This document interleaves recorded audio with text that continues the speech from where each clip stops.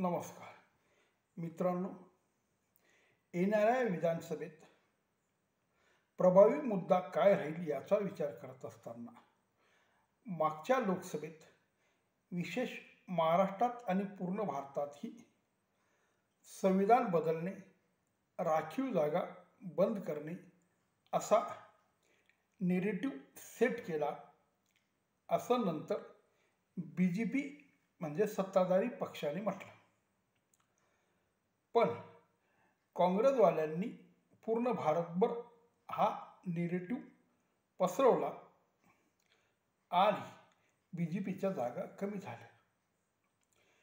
खरं तर यात महाराष्ट्रात विशेष मराठ्यांना आरक्षण OBC गटातून देणे, जे जरांगी पाटलांनी मोठ्या प्रमाणात आंदोलन केले त्याचाही फटका बसला आणि विशेष महाराष्ट्रात फडणवीस आणि BJPने जी शिवसेनेमध्ये राष्ट्रवादीमध्ये फाटाफूट घडून आणली त्याचाही नाराजीचा फटका हा लोकसभेमध्ये बसला असं बऱ्याच लोकांचं म्हणणं आहे.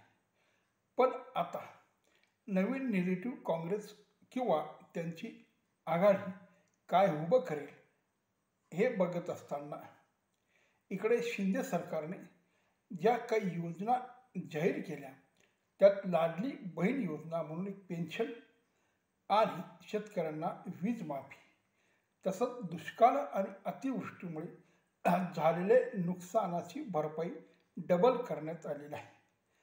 आता ज्याला खोटा नेरेटिव्ह म्हटलं मागच्या लोकसभेत त्याने जो प्रभाव दाखवला तसा प्रभाव आत्ता ते जे नेरेटिव्ह विरोधी पक्ष उभा करतील त्याचा प्रभाव लोकांवर पडेल का? शिंदे सरकारने महाराष्ट्रापुरतं बोलायचं झालं, कारण महाराष्ट्रात विधानसभेच्या निवडणूक होत आहेत, त्याचा प्रभाव लोकांच्या मतावर पडेल आणि ते युतीला अधिक मतं देतील का हे बघण्याचं औत्सुक्याचा विषय राहील. कारण यात लोकांना प्रत्यक्ष लाभ होतो आहे. म्हणजे महिलांना महिन्याला 1500 रुपये मिळतील, त्याचप्रमाणे गॅस सिलेंडरमध्ये सुद्धा सवलत देण्यात आलेली आहे. तसंच प्रत्यक्ष महाराष्ट्रातील जे शेतकरी आहेत त्यांच्या मोटरीचं बिल म्हणजे इलेक्ट्रिक बिल हे माफ करण्यात आलं आहे मागचं, आणि पुढेही त्यांना रुपया देण्याची गरज नाही असं हे सरकार म्हणतं. प्रत्यक्ष लाभ कोणत्या दिवशी त्यांच्या पदरात पडतो हा विषय राहील. पण आजच लाडली बहीण योजनेचे चेक लोकांच्या खात्यावर जमा झाले अशी बातमी आली. म्हणजे महाराष्ट्रात रक्षाबंधनाची सण